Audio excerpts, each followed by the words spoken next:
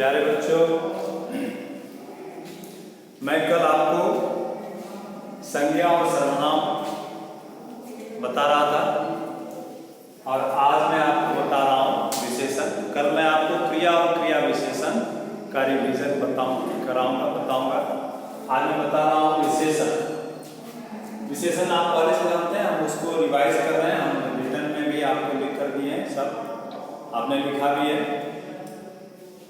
विशेषण शब्द का जो अर्थ है उसको यदि समझ लेंगे तो पूरा चीज समझ लेंगे। विशेषण का अर्थ हो गया विशेषता, खासियत, गुण। तो गुण, विशेषता, खासियत किसी वस्तु पदार्थ का ही होगा। व्यक्ति, प्राणी, वस्तु, पदार्थ का ही विशेषता और उसका नाम होगा। तो नाम वाले शब्द को क्या कहते हैं? संज्ञा कहते हैं। इसीलिए जो शब्द संज्ञा या सर्वनाम की खासियत बताता, विशेषता बताता, उसको हम विशेषण कहते हैं। विशेषण क्या है? एक शब्द है। कैसा शब्द है? विशेषता वाला, खासियत वाला। किसकी खासियत, किसकी विशेषता? संज्ञा और सर्वनाम। तो परिभाषा क्या हो गया आप बता सकते हैं?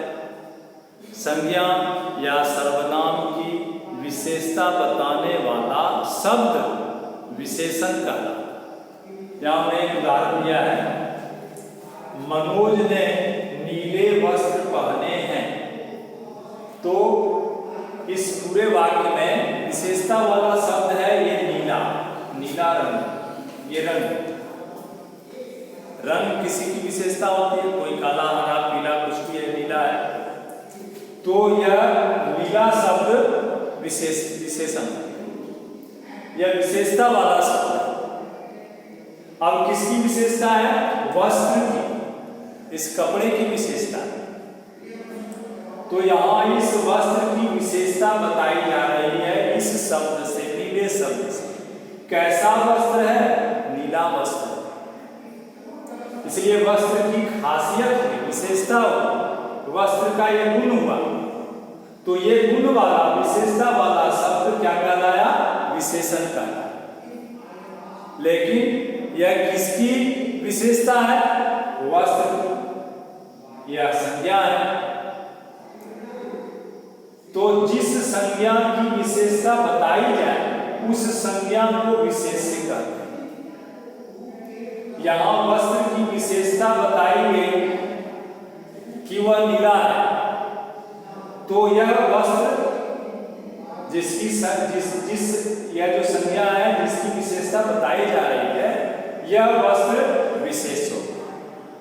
और इसकी विशेषता नीला रंग है, तो यह विशेषण वाला शब्द हो गया, इसलिए विशेषण।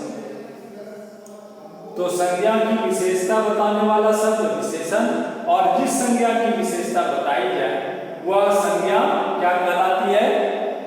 क्या कहलाता है? विशेष्य का। और इसलिए विशेषण और विशेष्य हमेशा एक साथ होता है, साथ में आता है। यह आगे पीछे हो सकता है, लेकिन यह हमेशा एक साथ होता है। और जो संज्ञा का पुरुष होगा, वचन होगा, वही विशेषण का भी पुरुष और वचन होगा। यदि यह एक वचन में है तो यह भी एक वचन में होगा। यदि यह बहुवचन में है तो यह भी बहुवचन में होगा। यदि यह पुल्लिंग या पुल्लिंग में है तो यह भी पुल्लिंग में होगा विशेषण, और यदि स्त्रीलिंग में है तो यह। यानी विशेषण का पुरुष, वचन और लिंग विशेष्य के अनुसार होता है। अब यह 4 प्रकार का होता है। यहां जगह नहीं था, हम इस तरफ लिखे हैं। पहला है गुणवाचक विशेषण।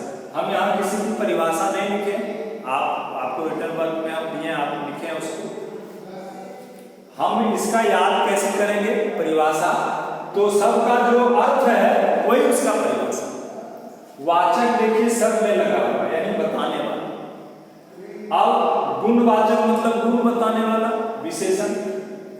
वह शब्द, वह विशेषण शब्द जो संज्ञा का गुण बताए तो गुणवाचक हो गया। जैसे दयालु, खजूर, समझदार, ये सब उदाहरण क्या है, गुण है किसी व्यक्ति का। तो रूप, रंग, आकार, प्रकार, स्वभाव, विचार, ये सब गुण में आता है। तो ये सब गुणवाचक विशेषण। संख्यावाचक विशेषण, इसका परिभाषा क्या होगा, संख्या को बताने वाला विशेषण, यानी वह विशेषण जो संज्ञा की संख्या संबंधी विशेषता बताता है। अब यह दो प्रकार का होता है, निश्चित और अनिश्चित। निश्चित संख्यावाचक जैसे 100, 5, 50, 1 लाख, ये सब निश्चित संख्या है। जैसे हमारे पास 100 कलम है, यहाँ 100 आदमी है, तो आदमी की क्या विशेषता हुई, संख्या में विशेषता हुई क्या, 100, और 100 मतलब 100 निश्चित हो गया। 5 आदमी, तो आदमी की विशेषता क्या हुई, संख्या 5, और 5 निश्चित हुआ, न 3 न 10 न अन्य कोई संख्या नहीं, इसलिए 5 निश्चित हो गई। ठीक है, ऐसे ही अनिश्चित संख्यावाचक विशेषण जो संज्ञा की संख्या संबंधी विशेषता बताए लेकिन निश्चित संख्या नहीं बताए, वह अनिश्चित संख्या। जैसे यहाँ बहुत लोग हैं, तो लोग हैं तो लोगों की संख्या होगी, लेकिन कितनी, कोई तो संख्या होगी, लेकिन कितनी ये नहीं बताया, अनिश्चित। बस बहुत बोल दिया तो बहुत अनिश्चित हो गया। यहाँ हमारे पास कम कलमें हैं, कम किताब, तो किताब की संख्या होती है, लेकिन वो निश्चित नहीं बताएगा, बस केवल कम बताएगा। तो ये कम और बहुत ये क्या बता रहा है, ये भी संख्या ही बताया, लेकिन निश्चित संख्या नहीं है, इसलिए क्या हुआ, यह अनिश्चित संख्यावाचक विशेषण हुआ। जैसे कई आदमी, वहां कई आदमी खड़े, आदमी की क्या विशेषता है, कई है, ये क्या है, संख्या संबंधी विशेषता है, क्योंकि आदमी को गिना जाता है इसलिए संख्या संबंधी हुआ, लेकिन कितना निश्चित नहीं है, इसलिए अनिश्चितवाचक। ठीक वैसे ही परिमाणवाचक विशेषण, परिमाण का अर्थ हो गया मात्रा, इसको कहते हैं एडजेक्टिव ऑफ नंबर, ये हो गया एडजेक्टिव ऑफ क्वांटिटी, मात्रा बताता है, क्वांटिटी बताता है, राशि, परिमाण। जो संज्ञा की परिमाण संबंधी, मात्रा संबंधी विशेषता बताए उसको परिमाणवाचक विशेषण कहते हैं। यह भी दो प्रकार का हुआ, निश्चित और अनिश्चित। जब वह निश्चित परिमाण बताए तो उसको निश्चित परिमाण कहेंगे, और जब अनिश्चित बताए तो अनिश्चित परिमाण। जैसे रामू ने 5 लीटर दूध लाया, तो दूध की मात्रा है, कितना दूध लाया, दूध की क्या विशेषता है, परिमाण संबंधी विशेषता, कितना दूध है, 5 लीटर, और 5 लीटर मात्रा बता रहा है, परिमाण बता रहा है, लेकिन निश्चित या निश्चित बता रहा है, 5 लीटर निश्चित हो गया, 5 मतलब 5, अन्य कुछ भी नहीं। वैसे ही 2 मीटर कपड़ा की विशेषता क्या है, 2 मीटर। 2 मीटर क्या है, मात्रा है, संख्या नहीं, मात्रा है, परिमाण है, तो ये परिमाणवाचक हो गया। वैसे ही अनिश्चित परिमाणवाचक क्या हो गया, थोड़ा, कुछ, बहुत, कम, ये सब। जैसे मेरे बर्तन में थोड़ा दूध है, तो दूध का विशेषता क्या है, थोड़ा क्या है, संख्या है कि मात्रा है, परिमाण है, तो परिमाण है, मात्रा है, दूध का मात्रा होता है, संख्या नहीं होता है।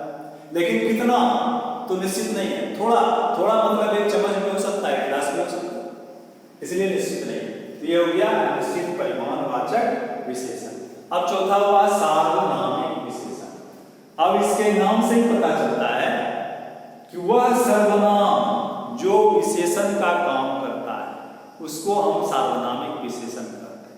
सर्वनाम कल हम आपको बताए थे, जो संज्ञा के स्थान पर प्रयोग किया जाता है, ऐसे शब्द को हम क्या कहते हैं, सर्वनाम। तो वह सर्वनाम जो संज्ञा के बदले आता है उसी को सर्वनाम कहते हैं। लेकिन कभी ऐसा होता है वह संज्ञा के बदले नहीं आता, सर्वनाम होकर भी वह सर्वनाम का काम नहीं करता है। तो क्यों आता है, तो विशेषता बताने के लिए, वो संज्ञा के साथ में आता है, उसके बदले में नहीं आता है। जैसे उदाहरण में देखिए, वह आदमी मुझे जानता है, तो वह मुझे जानता है यदि हम कहेंगे तो यह सर्वनाम हो जाएगा,